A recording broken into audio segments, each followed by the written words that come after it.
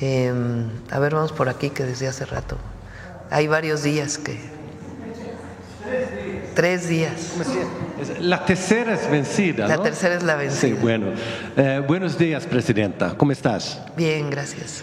Me llamo Enrique Brandao Johnson, yo soy de Suecia, periodista, soy corresponsal en América Latina de Dagens Nyheter, que significa Diario de Noticias, que es el periódico más grande de Suecia, Escandinavia. Yo vivo en Brasil y por eso yo hablo portuñol así, pero espero que me entienda. Hace 4 años asistí la mañanera aquí con López Obrador y preguntéle así, ¿cuál es la relación de él con Trump? Ahora quería saber cómo es su relación con el presidente de Estados Unidos, porque quiero saber así, cómo su encuentra el balance entre defender el pueblo mexicano, pero al mismo tiempo mantener una relación buena con el gobierno de Trump. México y Estados Unidos somos países vecinos y hay una larga historia de relación entre nuestros países, desde la invasión estadounidense que se llevó la mitad de nuestro territorio, hasta muchos otros episodios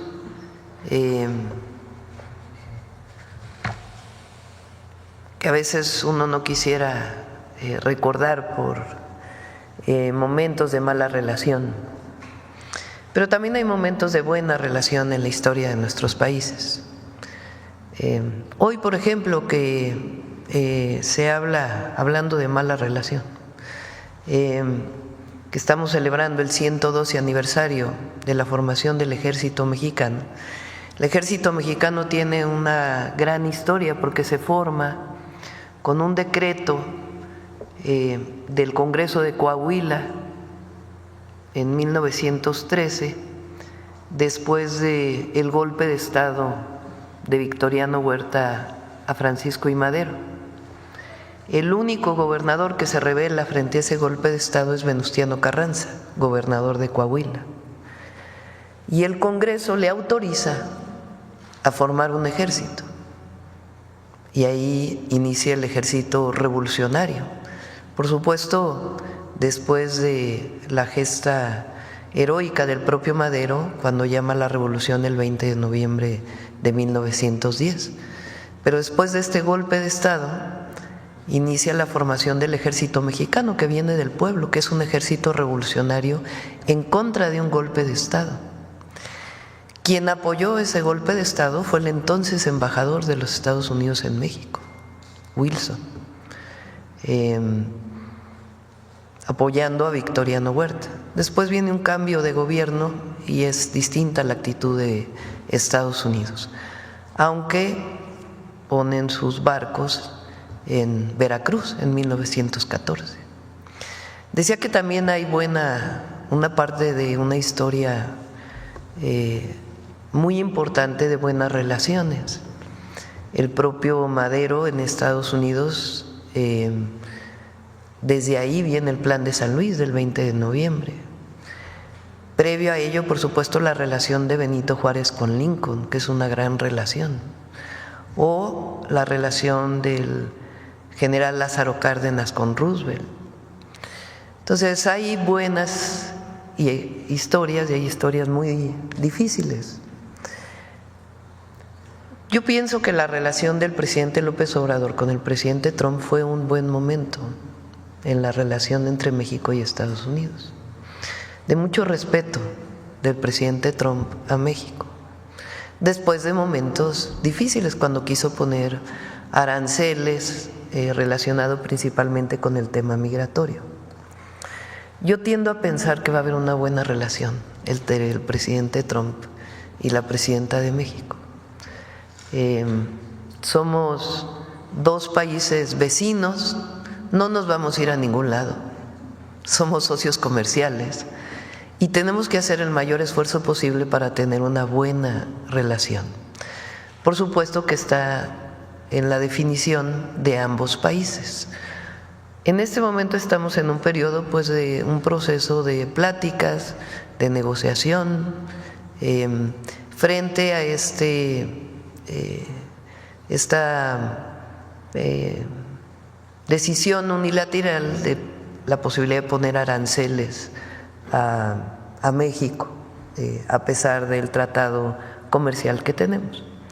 De nuestra parte, nosotros tenemos que buscar hasta el límite de nuestra soberanía y de nuestros principios la mejor relación posible con los Estados Unidos, porque somos socios comerciales, porque hay una gran integración económica y porque además viven 39 millones de mexicanos en Estados Unidos, sea que haya nacido de primera generación en México o que ya haya nacido en Estados Unidos de segunda o tercera generación, pero que muchos de ellos tienen la ciudadanía mexicana y si no, hay una gran relación cultural y amistosa. Aprovecho de una vez que preguntas esto por este tema que salió en los medios ayer y hoy, de estos vuelos de drones, que por cierto, hay que decirlo, viene de una nota del New York Times, que después recupera CNN y otras agencias de noticias internacionales. En primer lugar, no hay nada ilegal. Lo que hay es una colaboración y una cooperación que tiene muchísimos años, no es de ahora. Porque ¿por qué sale en el New York Times? A ver, vamos por partes. La primera, estos vuelos son parte de coordinación, aquí está el almirante secretario, colaboraciones que se hacen desde hace muchos años entre el gobierno de Estados Unidos y el gobierno de México, y muchas veces esa petición, o más bien, todas las veces es bajo petición del gobierno de México, de colaboración, de información para poder atender condiciones de seguridad en marcos de colaboración que están establecidas principalmente entre las Fuerzas Armadas de México y distintas instituciones del gobierno de los Estados Unidos. Entonces no hay nada ilegal y es parte de una colaboración y de una coordinación, en donde se comparte la información, siempre en el marco de los 4 principios esenciales de la colaboración entre Estados Unidos y México, en donde un elemento principal es el respeto a nuestra soberanía. Ahora, la pregunta es, ¿por qué sale la nota en el New York Times? ¿Quién le da esa nota al New York Times? ¿Qué quieren promover con la nota? Y todos los corifeos que se desatan en medios mexicanos o en la oposición, como diciendo, es que la presidenta de México es débil, tuvo que ceder frente a espionaje del gobierno de los Estados Unidos, hay violación a la soberanía, cuando en realidad es un protocolo de coordinación y colaboración que existe desde hace años entre el gobierno de Estados Unidos y México. No nos van a debilitar, primero porque tenemos principios y para nosotros la soberanía es un principio, no es negociable. Segundo, porque siempre decimos la verdad, nunca escondemos nada. Nosotros tenemos 3 principios: no mentir, no robar y no traicionar al pueblo. Sale hoy un artículo que quiero nombrarlo, normalmente no nombro periodistas, de Riva Palacio, donde dicen que la presidenta está diciendo mentiras. A ver si me pones esa partecita, porque vale la pena, porque si bien es ridículo, irrisorio, esto quiere decir, fíjense, lo asevera el artículo de Riva Palacio, llanamente que sí hay operaciones de espionaje sobre territorio mexicano. ¿De dónde lo saca? Contrario a lo que aseguraron la presidenta y el secretario de la Defensa.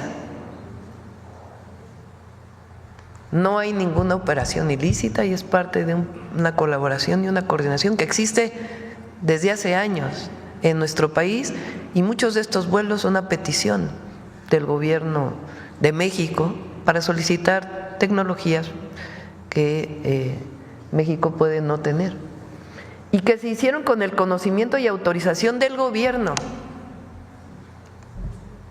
O sea, como si nosotros hubiéramos permitido la vulneración de nuestra soberanía y no fuera parte de un protocolo de colaboración, que en público afirman que no permitirán tales acciones.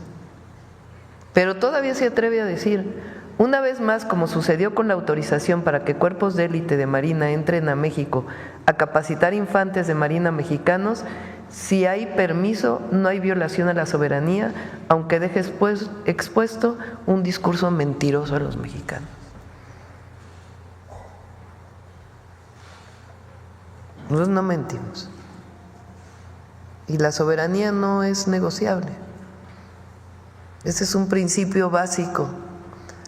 La soberanía y la independencia de México costaron muchas vidas al pueblo de México.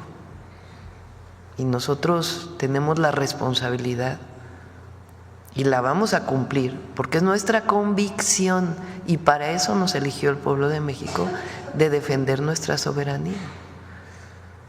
Entonces, no hay absolutamente nada que ocultar, pero lo que vale la pena preguntarse es por qué sale el artículo en el New York Times, por qué todos estos…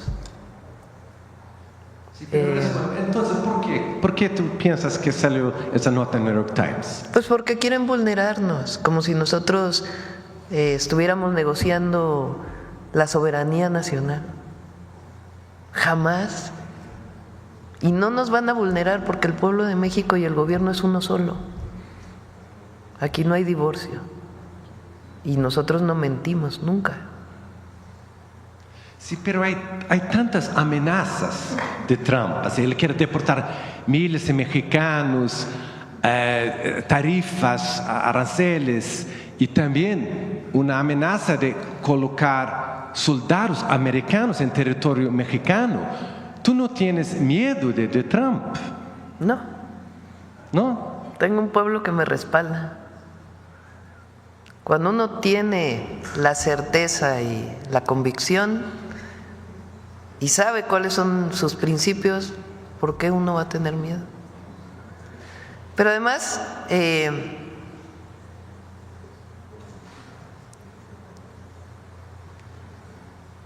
una cosa también es, el presidente Trump tiene su manera de expresarse.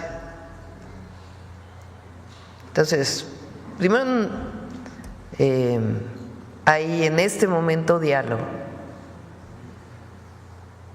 y nosotros no vamos a permitir nunca que se vulnere la soberanía. Y si llegara a vulnerarse, hay un pueblo entero para defender a su patria. Sí. Y otra cosa, esa amenaza de Trump de colocar los cárteles en lista de organizaciones terroristas, ¿cuál va a ser, si esa va a pasar, cuál va a ser su respuesta de esa cosa? ¿Qué va a hacer si Trump coloca eso en la lista de terroristas? Primero, y es muy importante, porque también nos quieren colocar como si nosotros defendiéramos a los cárteles de la droga o a la delincuencia organizada. Por supuesto que no. Cuando fui jefa de gobierno, disminuimos los índices delictivos en más del 50%, con una estrategia, atención a las causas y disminución de la impunidad, con 4 ejes que son los que hoy estamos desarrollando a nivel nacional. Ya hay resultados. Enero del 2025 fue el enero más bajo en homicidios de los últimos 8 años y trabajamos todos los días para la construcción de la paz en nuestro país. No es la visión del pasado de Calderón, que ahí sí hubo una actitud completamente distinta frente al gobierno de Estados Unidos, pero no es la propuesta de aquella época en donde decretaron una guerra. Lo he dicho en otras ocasiones, guerra quiere decir permiso para matar. en condiciones de excepción. Nosotros no, nosotros queremos que se cumpla la ley. Ese Estado de Derecho que luego se llenan la boca con la palabra, pues en aquella época no hubo nada de Estado de Derecho. Hubo una guerra que decretó en su propio territorio, que resultó además pues en más violencia. Nosotros lo que queremos es el cumplimiento de la ley y la atención a las causas, que las y los jóvenes de México tengan todo el derecho a vivir felices y en paz, y que tengan acceso a los derechos que están establecidos en la Constitución de la República: educación, salud, empleo y una vida plena. Entonces, primero, que no haya confusión de que nosotros, no, lo que nosotros defendemos es la soberanía. Ellos le pueden llamar como quieran, pero nosotros defendemos la soberanía. Entonces, si ese decreto tiene que ver con acciones extraterritoriales, esas no las aceptamos. Nosotros creemos que, si bien es cierto que es indispensable avanzar en investigaciones conjuntas, por ejemplo, de lavado de dinero, que son muy importantes, porque la droga se vende en Estados Unidos. Ahí está la venta de la droga. Entonces, ¿qué ocurre con el recurso proveniente de la venta de la droga? Si ellos hacen este decreto para investigar todavía más en los Estados Unidos el lavado de dinero en los Estados Unidos y los propios grupos delictivos que se mueven en Estados Unidos, que hacen que haya esta venta de la droga, está muy bien. Lo que nosotros no aceptamos es la violación a nuestra soberanía. Entonces, por eso es colaboración, coordinación, sin subordinación, sin intervencionismo, sin injerencismo. Coordinación, colaboración en el marco de los 4 principios. Almirante, ¿por qué no nos dice cuáles son los 4 principios que se desarrollan? Sí, tenemos en el tema de seguridad 4 principios que no son renunciables. El primero tiene que ver con la responsabilidad compartida, es decir, que reconocemos que el problema es de ambos lados de la frontera y que tenemos que actuar de manera coordinada y colaborativa. El segundo es la confianza mutua, es decir, que lo que acordamos lo cumplimos y que no nos traicionamos. La tercera tiene que ver con la cooperación y no la subordinación, es decir, podemos trabajar juntos, podemos hacer operaciones con ayuda de ellos y de nosotros en diferentes ámbitos, pero jamás las fuerzas mexicanas se van a subordinar a los Estados Unidos. Y por último, el respeto a la soberanía, que no es renunciable. Son los 4 principios que rigen la cooperación en materia de seguridad con los Estados Unidos. Bueno, la última pregunta aquí. Suecia es un país muy feminista, le canta a usted así. Yo quiero saber así, porque en Suecia, en afuera, personas están viendo México como un país muy machista, así. Pero tú tienes una aprobación de más de 80%. ¿Cómo es de ser presidenta en México? ¿Cuáles fueron las dificultades de ser mujer presidenta? ¿O cuáles fueron las ventajas, las cosas buenas? Gracias. Creo que hubo algo que caló mucho en nuestro pueblo y en el momento político. Nosotros, en nuestro movimiento, decidimos quién iba a ser.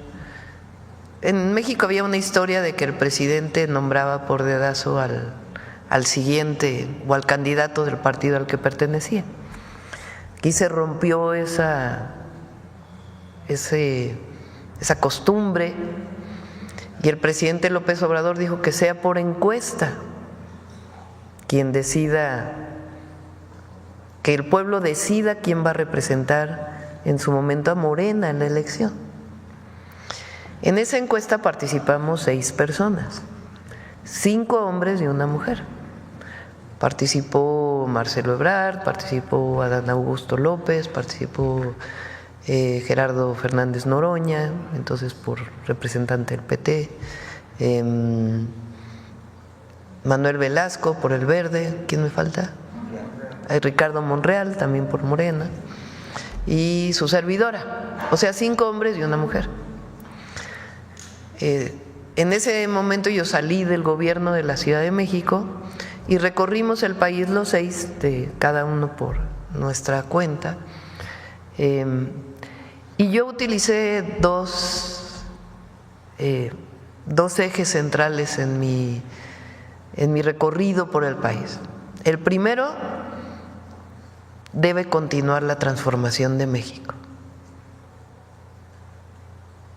El segundo es tiempo de mujeres. Los dos fueron muy poderosos.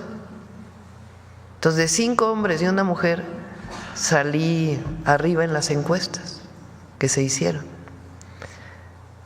Y creo yo que cuando utilicé ese tiempo de mujeres, caló muy hondo no solo en las mujeres, sino en los hombres en nuestro país. Y eso es algo muy poderoso que se muestra hasta el día de hoy. Cuando salgo a territorio, pues nosotros hacemos giras los fines de semana, el entusiasmo, la alegría de las niñas, de las jóvenes, de las adultas, por tener por primera vez una mujer presidenta es enorme. Y además yo dije, no llego sola, no es que una mujer, a mí no me gusta esta idea de que una mujer rompió el techo de cristal porque parece que es el esfuerzo personal de una mujer por salir adelante, que siempre el esfuerzo personal cuenta, ¿no? Nadie lo minimiza, pero en realidad es la lucha de las mujeres mexicanas que permitieron que en mi persona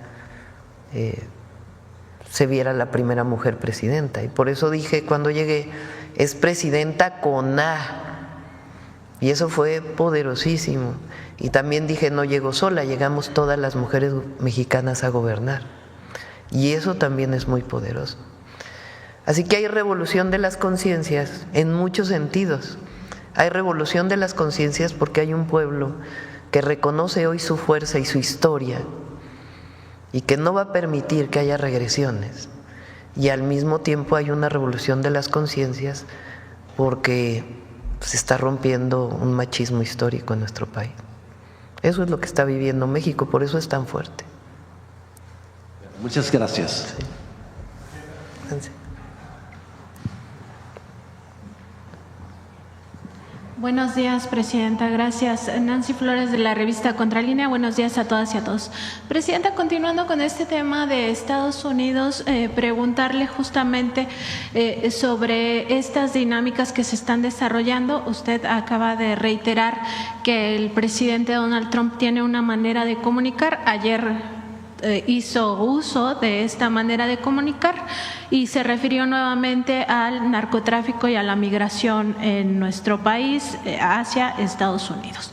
Lo que no vio es justamente esto que usted ha estado insistiendo también en estas conferencias matutinas, de que en Estados Unidos existe distribución de droga, lo que ya decía hace un momento, que esto significa que allá hay bandas delincuenciales que hacen esta distribución de estos opioides y que la crisis en gran parte se refiere al hecho de que Estados Unidos nunca ha combatido eso, no ha combatido tampoco el lavado de dinero en circuitos financieros, siempre acaba diciendo que el lavado de dinero se hace con traslado de maletas, lo cual sería absolutamente imposible, y le echa la culpa sobre todo a México. Aquí llama la atención que se insista en este tema de que los cárteles mexicanos son terroristas, que México es el inicio de la cadena de suministro, y llama la atención porque en un análisis que hicimos en la revista Contralínea, justamente se observa que la cadena de suministro de fentanilo y sus precursores empieza en China. Sin embargo, Estados Unidos no amenaza la soberanía de China, no se refiere a China como el inicio de esta cadena de suministros, quizá porque China sí es una potencia militar importante y entonces se empieza a pues ensañar con países como México, que no tenemos esta potencia bélica ni tampoco queremos, porque no tenemos una visión hegemónica ni expansionista, sino de respeto al resto de los pueblos. Preguntarle sobre esto que se ha estado manejando también últimamente, que se necesitaría un acuerdo trilateral en materia de seguridad, ¿en qué términos debería de venir? Sobre todo pensando siempre en esta defensa de la soberanía que ya ha dicho que se va a llevar pues hasta las últimas consecuencias. Hay muchas maneras de colaborar y coordinarnos con el gobierno de Estados Unidos y hay una historia de colaboración y coordinación sin violación a la soberanía en el marco de respeto y de los 4 principios que mencionó el almirante secretario. Entonces hay muchos esquemas de coordinación y colaboración, compartir información, asegurar fronteras para evitar el tráfico de armas y el tráfico de drogas de México hacia Estados Unidos, esquemas de trabajo de información, mayores controles en el lavado de dinero o en el posible, en el probable lavado de dinero, muchas formas de coordinación y colaboración que han existido sin violación a la soberanía. Y en ese marco es que estamos dialogando con ellos. México tiene acciones que no tiene Estados Unidos. Almirante, ¿por qué no nos platica, por ejemplo, el trabajo que hicieron con COFEPRIS de trazabilidad del fentanilo? Sí, en el tema de precursores químicos para elaboración de drogas sintéticas, tenemos una colaboración con la Secretaría de Salud a través de COFEPRIS para darle trazabilidad a las sustancias. Recordemos que muchas de las sustancias son de uso dual, se usan para la industria química, principalmente pinturas, farmacéutica, y en ese caso pueden ser desviadas esas sustancias para producción de drogas sintéticas. Entonces desarrollamos una plataforma de sustancias que permite darle trazabilidad a las sustancias que llegan por los diferentes puertos y aduanas. Y entonces las vamos siguiendo para saber si una industria, por ejemplo, compra 1 tonelada de precursores, pero en realidad consume solamente 500 kilos, la pregunta es ¿qué hacen con el resto del precursor? Ese seguimiento se hace a través de verificaciones que hacemos junto con COFEPRIS en cada una de estas industrias y bueno, ya llevamos algunos detenidos y algunas empresas que han sido inhabilitadas por desviar precursores químicos. Pero además de esto, cuando encontramos algún laboratorio clandestino, verificamos si ahí se usó alguna sustancia de las que traíamos trazabilidad. Entonces con eso podemos ir ligando, que ya tenemos incluso un extraditado a Estados Unidos por ese motivo, que dónde quedó, desde dónde viene la droga, el precursor, como la señora presidenta lo dijo muy claramente, viene principalmente de los países asiáticos, dónde se distribuyó y cómo llegó a las organizaciones criminales. Y Estados Unidos, bueno, lo tenemos nada más nosotros, hemos tenido algunas pláticas con otros gobiernos, como Inglaterra, por ejemplo, está interesado en que les proporcionen la experiencia y Estados Unidos también está buscando que nosotros compartamos con ellos estas experiencias, porque ellos no tienen esa trazabilidad. Entonces es coordinación y colaboración de ambas partes. Nosotros tenemos campañas educativas, informativas del uso de las drogas y para evitar el uso particularmente del fentanilo, allá no lo tienen. Entonces hay fortalezas de unos y otros lados que hay que compartir y colaborar.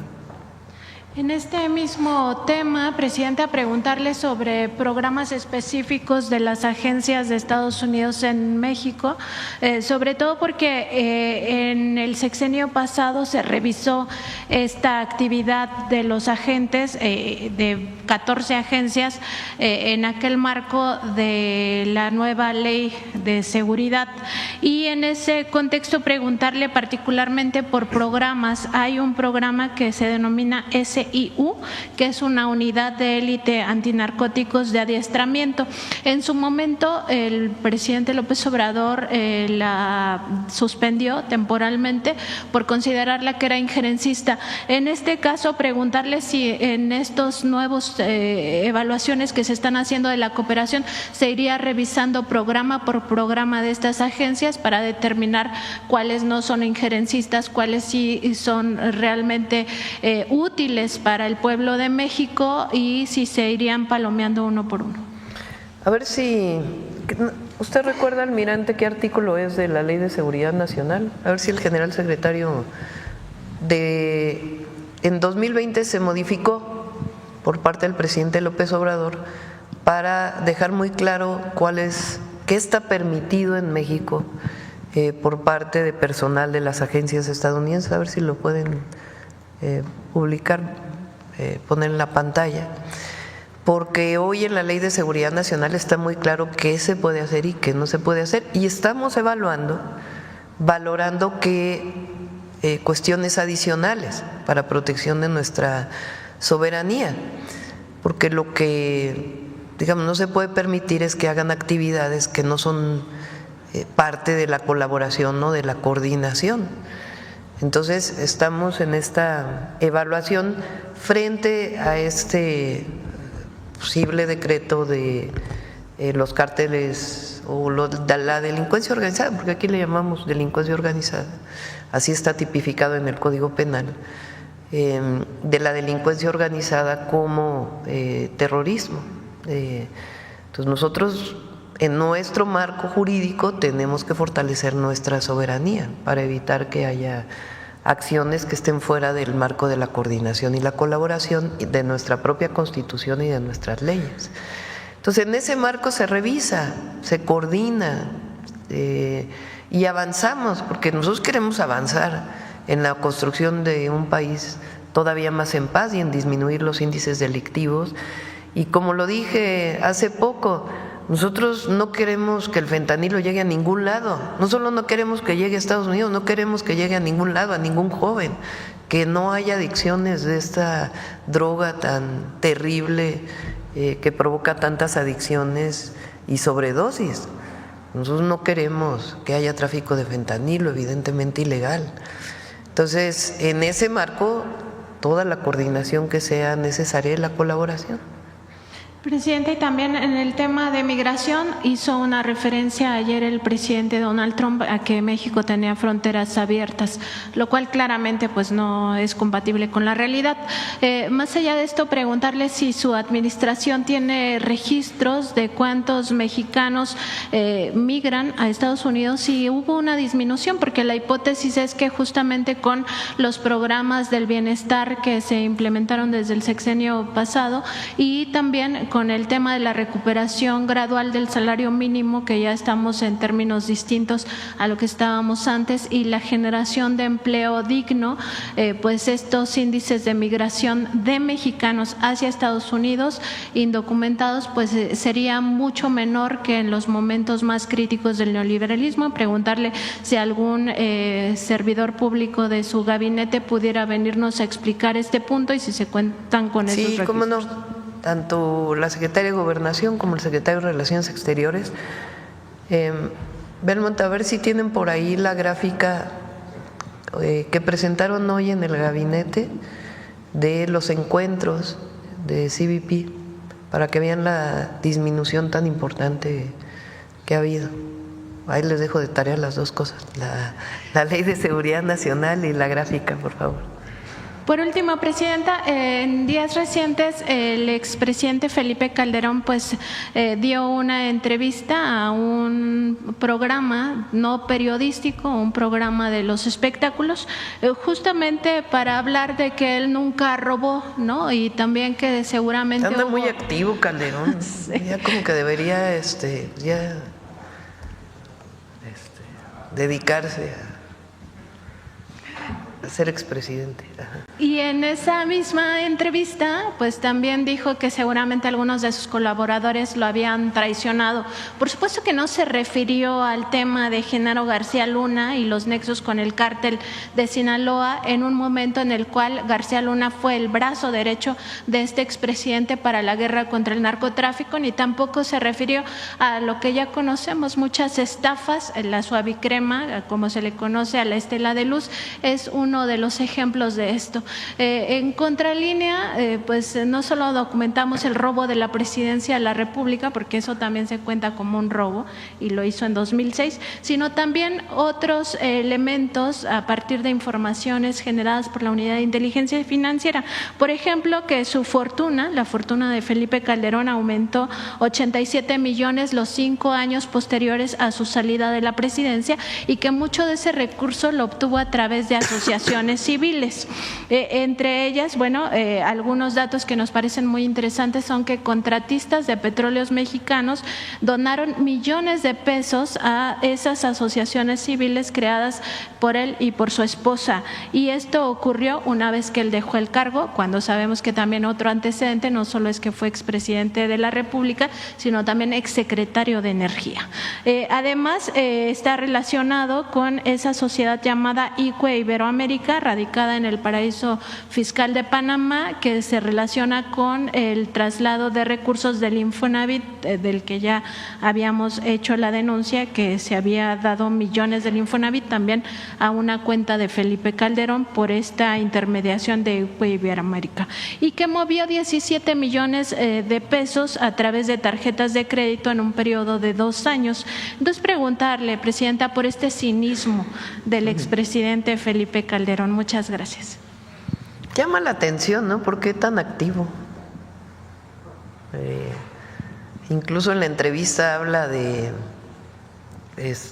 cómo fue que él fue viendo cómo venían los resultados del INE en el 2006, cuando en el 2006, en la campaña del 2006, cuando el presidente López Obrador fue jefe de gobierno, fui secretaria de Medio Ambiente y además me tocó coordinar la construcción de los segundos pisos y del Metrobús, la primera línea del Metrobús. Cuando después del desafuero y aquella lucha tan importante que dio el pueblo de México en la defensa del entonces jefe de gobierno, cuando sale él ya a la campaña, pues habíamos muchos que dijimos, nos queremos ir con ustedes, señor. Y a mí me dijo, no, quédate a terminar el segundo piso, que hay que terminar. Cuando terminamos el segundo piso, entonces me buscó, me llamó para que fuera su vocera. En los medios no había redes sociales, pero eran principalmente los medios de comunicación, radio, televisión. Y venía justo pues toda la campaña del peligro para México. Entonces salí del gobierno, salgo como una de sus voceras, y en el segundo debate a la presidencia, él al final del debate dice, López Obrador dice, que deja un expediente de contratos del cuñado de Calderón en Pemex, mientras él fue secretario de Energía. Al otro día yo tenía un debate con la representante de el que era el candidato del PRI, tabasqueño también, Madrazo, y el candidato del PAN, que era Calderón. Éramos 3 mujeres, era Rosario Green, Josefina Vázquez Mota y su servidora. Y entonces llevé el expediente y ahí mostramos cómo Hildebrando Zavala hizo contratos en Pemex mientras él era secretario de Energía. Después de eso hicimos una investigación más profunda Y resulta que Hildebrando Zavala tenía muchos contratos en el Instituto Nacional Electoral. Y de ahí pues se fueron descubriendo que una buena parte del fraude tuvo que ver con esos contratos. O sea, desde antes de que llegara la presidencia de la República ya había estas denuncias. Y después lo que pues tú mencionas, ¿no? Y el tema de que sale del gobierno y se va a trabajar a una empresa, a Iberdrola, una empresa española de energía, a la cual le dio muchos contratos, parecido a lo de Zedillo, en el caso de los ferrocarriles.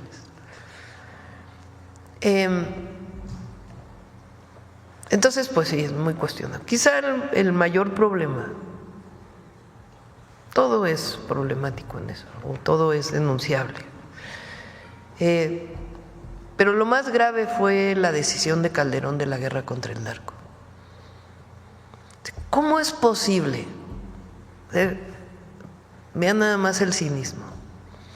Que la Casa Blanca pone en su tuit o en X como demostración del vínculo del gobierno con el narco la detención de García Luna, ahora.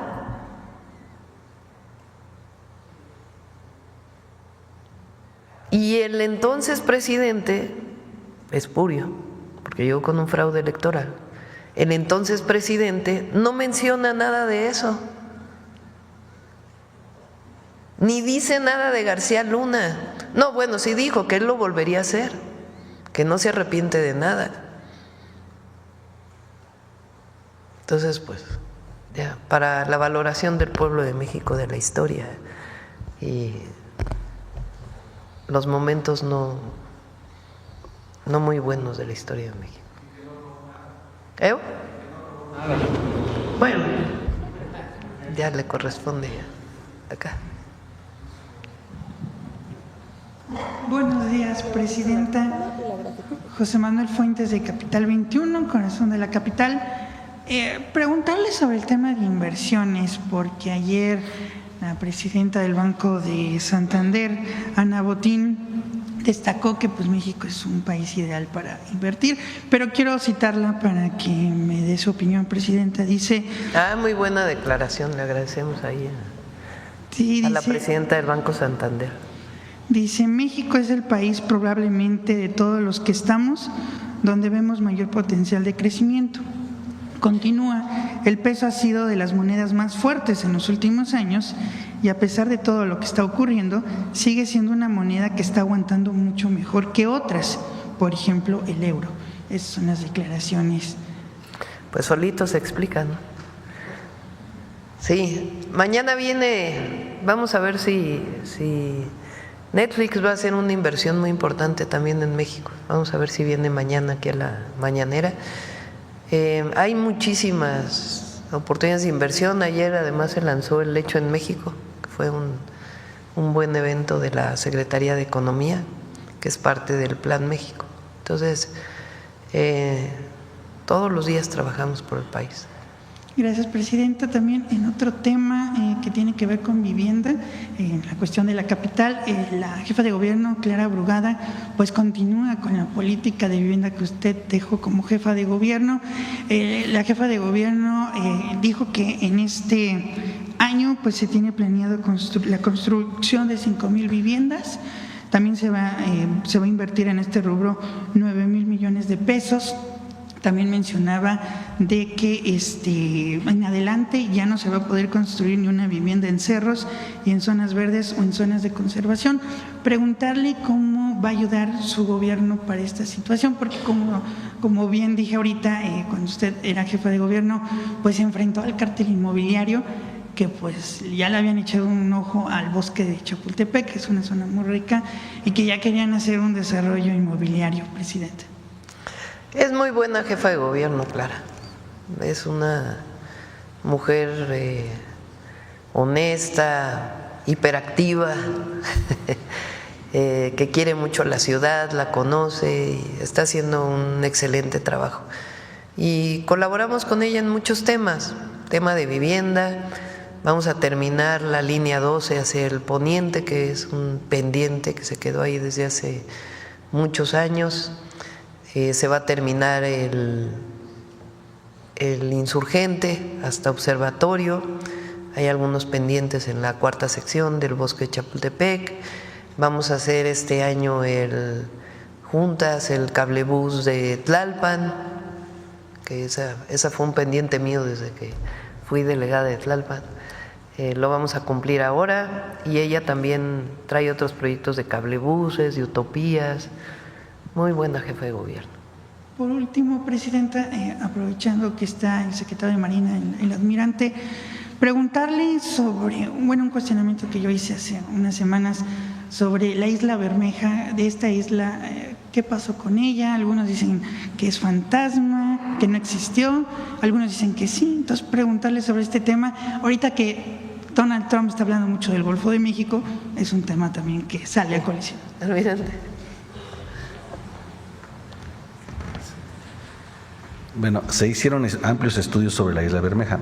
Sí hay una cartografía muy antigua que mencionaba que había una isla ahí, pero parece ser que fue las primeras cartografías se empezaron a desarrollar, pues no habían los instrumentos ni los medios de posicionamiento que tenemos ahora. Cuando salió este boom de la isla Bermeja por el tema de las zonas petroleras del Alto Golfo de México, se hizo una investigación muy completa, no nada más por la Secretaría de Marina, participó principalmente la Universidad Nacional Autónoma de México con el buque el Justo Sierra y el Puma, los buques oceanográficos de la Marina, y se hicieron estudios incluso por medio de satélite, por todo, para encontrar esa famosa isla Bermeja, pero nunca se encontró y no hay indicios que haya existido. Muchas gracias, Presidenta, almirante. A ver, vamos a poner el artículo 71 de la...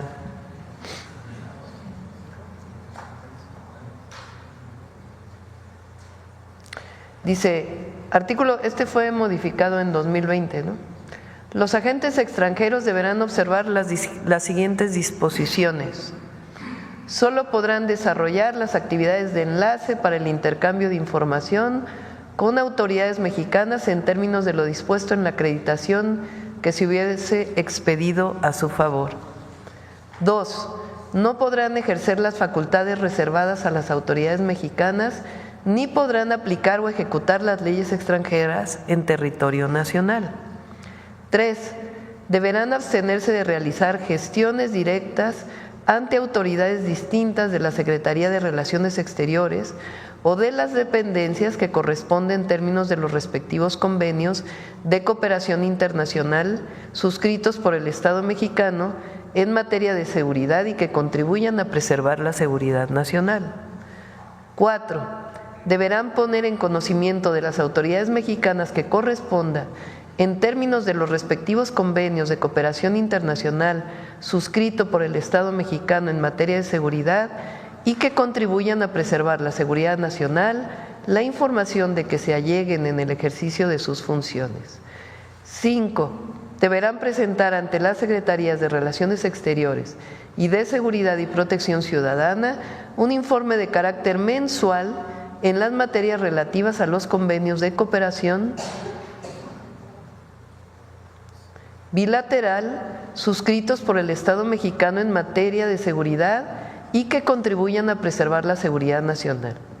En dicho informe se deberán incluir las actividades y gestiones que desarrollen ante las diversas autoridades federales, de las entidades federativas y de los municipios. En todo caso, deberán mantener la confidencialidad de la información que obtengan derivado de la aplicación de los convenios de cooperación bilateral de conformidad con los términos establecidos en los mismos. 6.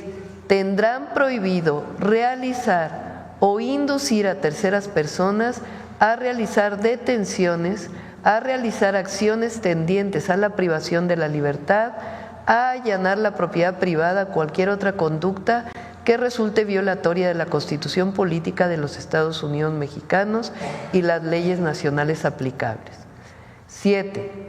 Deberán abstenerse de realizar actividades que pongan en peligro su integridad física. En consecuencia, deberán sujetarse a los criterios que determine la Secretaría de Seguridad y Protección Ciudadana.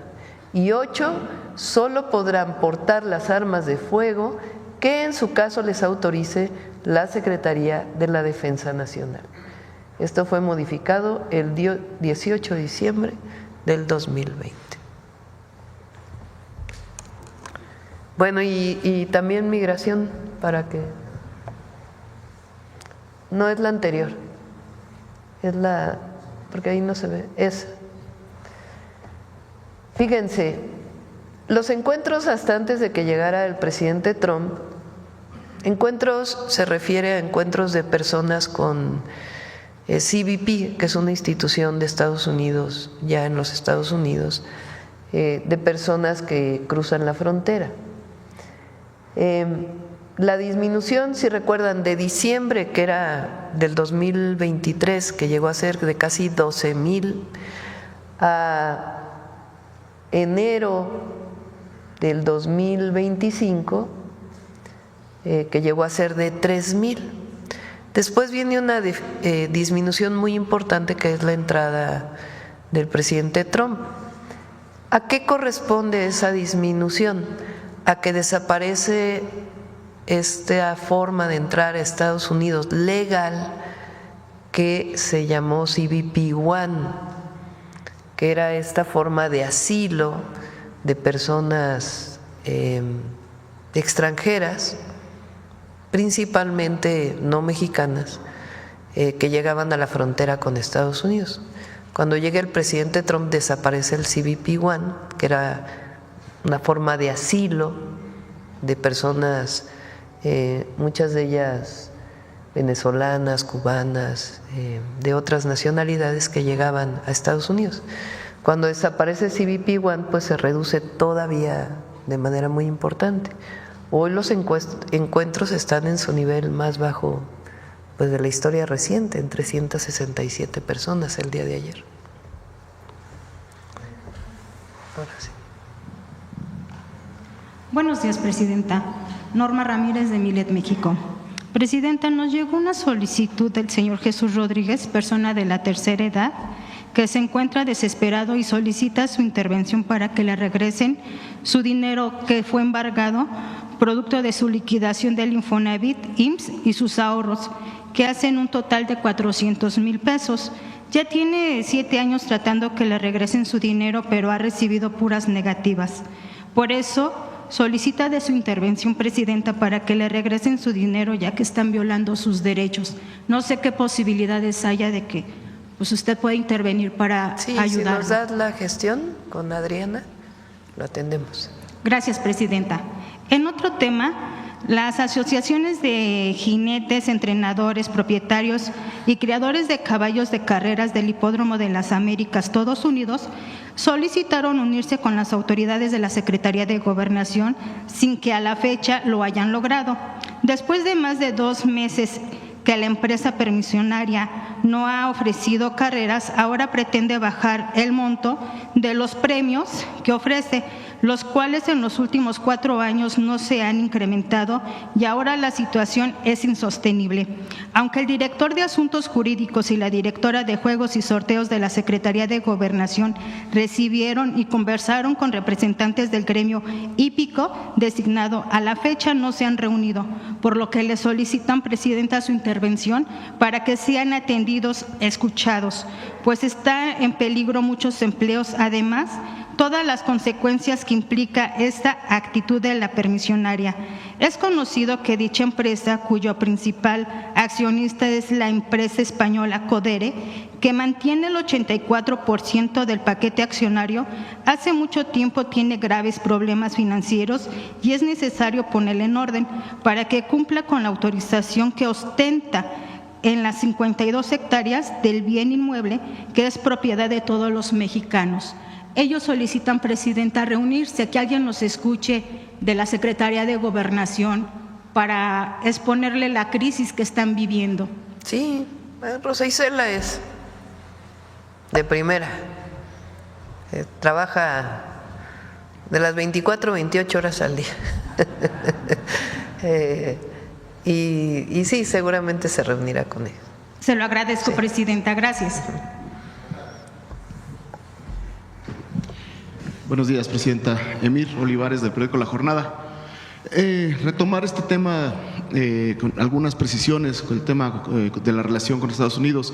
Dice que se pactaron estas acciones de cooperación, entre ellas los sobrevuelos de estos drones. ¿Cuándo se habrían pactado y cuáles serían, qué otros acuerdos se tienen con la administración del presidente Trump? No, estos no son acuerdos nuevos. Son acuerdos que vienen del presidente Andrés Manuel López Obrador o de antes. No hay ha habido reuniones entre las instituciones, el Comando Norte se llama, ¿no?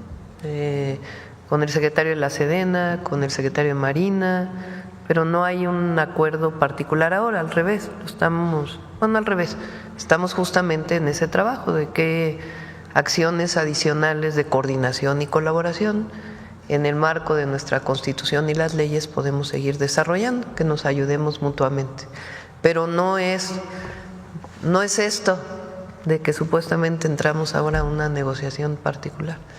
Es parte de las coordinaciones que hay.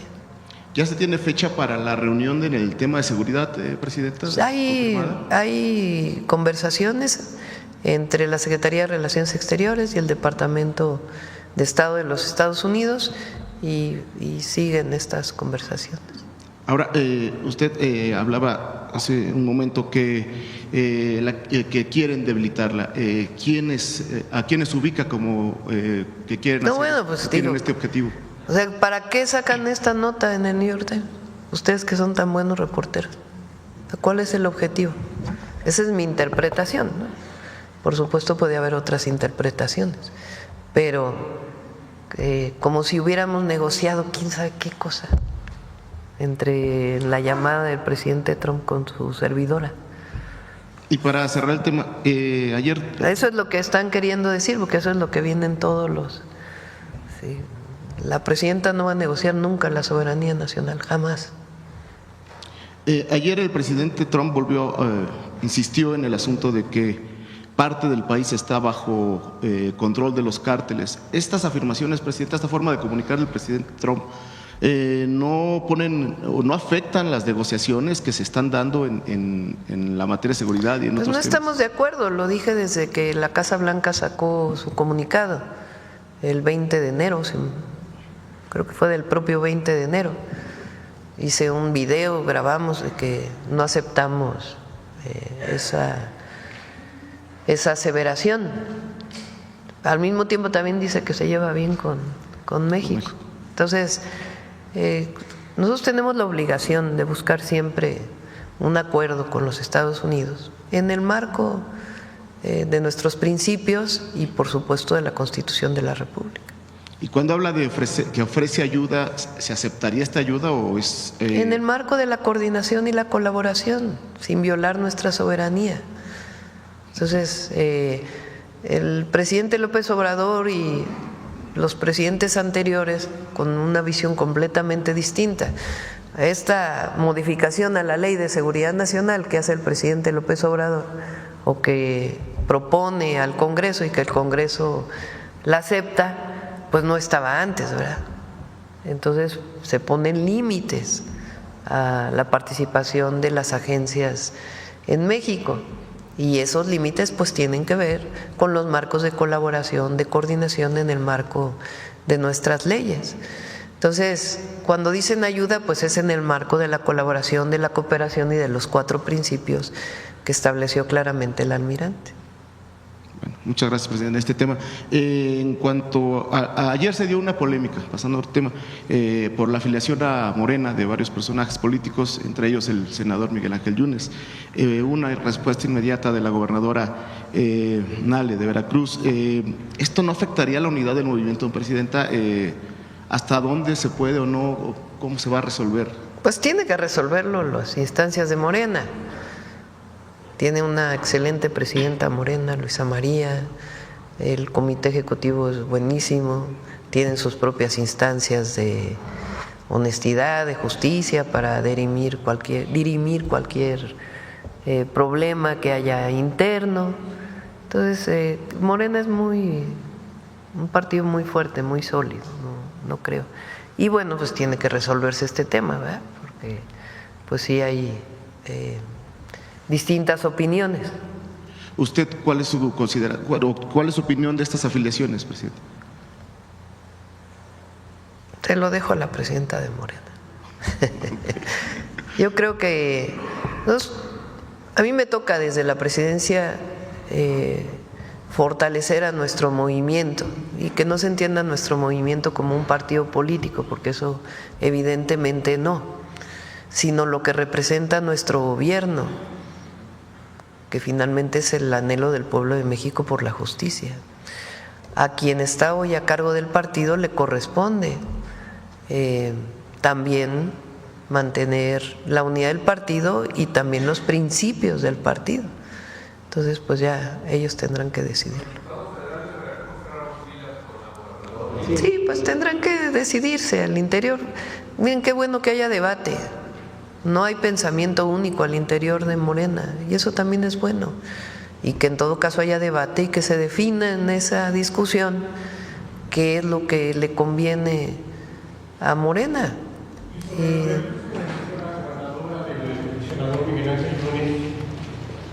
¿Sobre qué, perdón? Los delitos.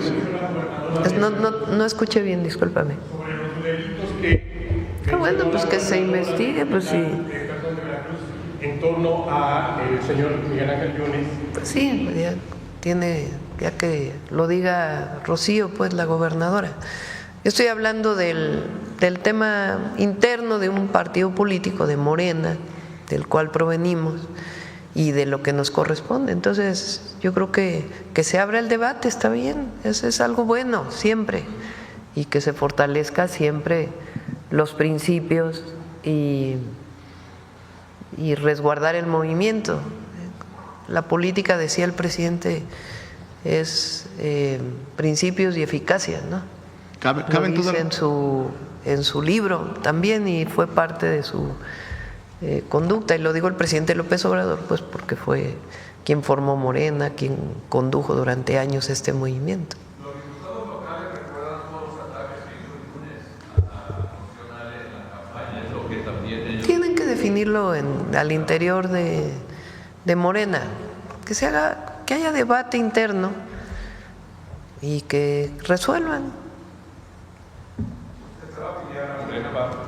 No, yo el día de, por supuesto que pues es el partido del cual provengo, repito, tengo una responsabilidad de conservar el movimiento en términos de un proyecto de nación, pero ya no me corresponde ser militante de Morena.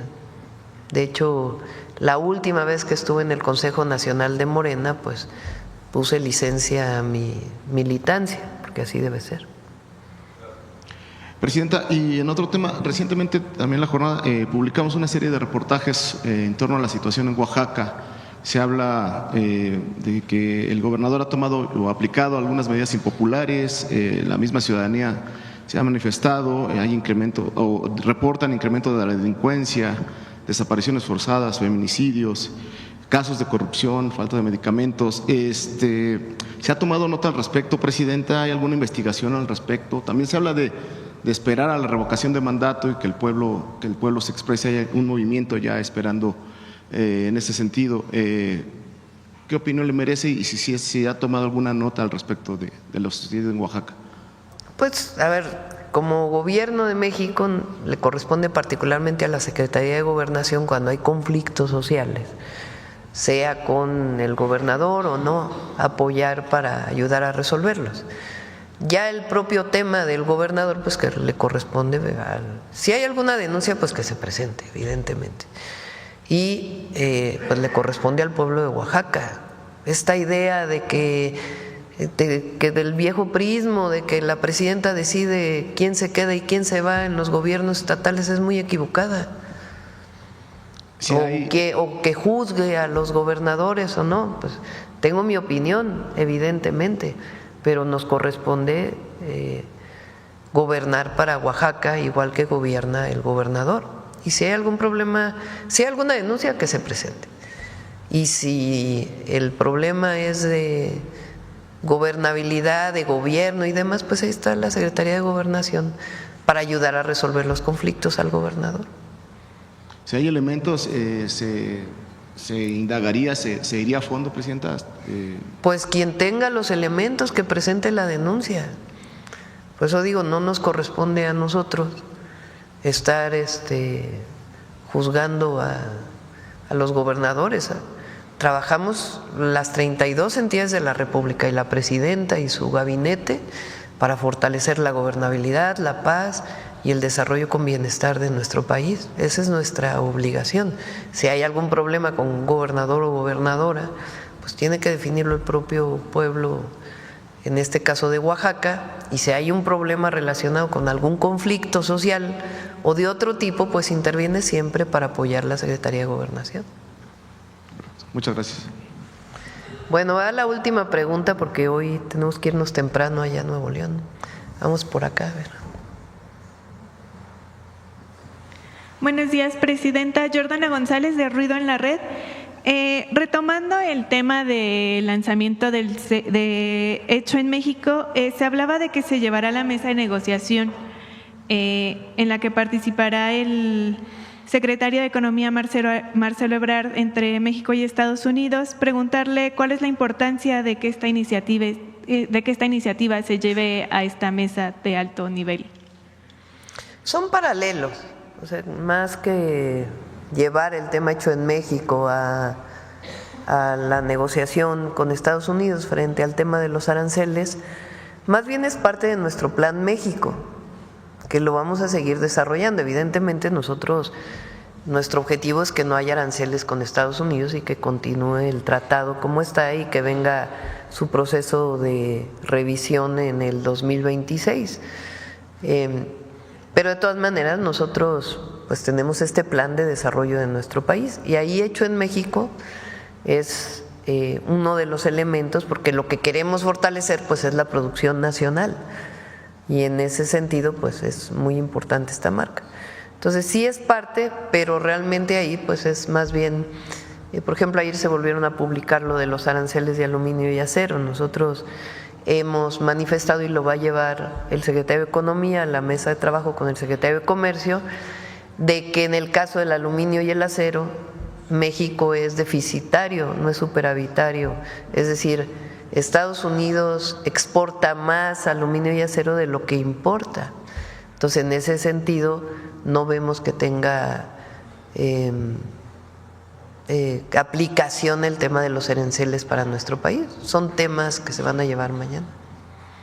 Muy bien, muchas gracias. Y bueno, en un segundo tema, mañana 20 de febrero se cumplen 6 años de la muerte del defensor de la vida y el territorio Samir Flores Soberanes. Y el Frente de Pueblos de Morelos, Tierra y Tlaxcala ha dicho que no ha habido avances en la investigación. Y pues el Frente confía en la entrada de su gobierno para dar con los responsables materiales e intelectuales de la muerte de Samir, y preguntarle si tiene si sabe algo al respecto de cómo van las investigaciones. Preguntamos a la Fiscalía General de la República, me decía Paulina, ese caso lo atrajo la Fiscalía General de la República y con gusto preguntamos. Muy bien, muchas gracias. Y bueno, en el marco del reconocimiento también de los pueblos indígenas en la Constitución, preguntarle cuál es la importancia de la protección a los defensores de la tierra, que en su mayoría son de pues comunidades. Muy importante. Ahora viene, la verdad es, la defensa de quienes luchan por la justicia y por la defensa de la naturaleza, por la justicia ambiental, pues evidentemente hay que protegerlo siempre. Ahora viene algo muy bueno que ya inicia en marzo, que son las asambleas de las 13,000 comunidades indígenas y afromexicanas para recibir sus recursos directos del presupuesto de egresos de la Federación. Eso es histórico en México, nunca había habido un presupuesto directo a todos los pueblos y comunidades indígenas y afromexicanas. Entonces ya nos va a tocar ir a algunas asambleas, va a ser algo muy emotivo. Y en esta misma línea sobre la importancia, ya decía usted que es muy importante pues garantizar la protección a estos defensores. Uno de los compañeros de lucha de Samir, el profesor Jorge Velázquez, también estuvo y está en riesgo después del asesinato de Samir. Le quitaron en diciembre las medidas de protección del mecanismo a pesar de que demostró y reportó presuntas amenazas en su contra. Lo revisamos, por supuesto. Muy Le bien. pido a Rosa Isela. Muchas gracias.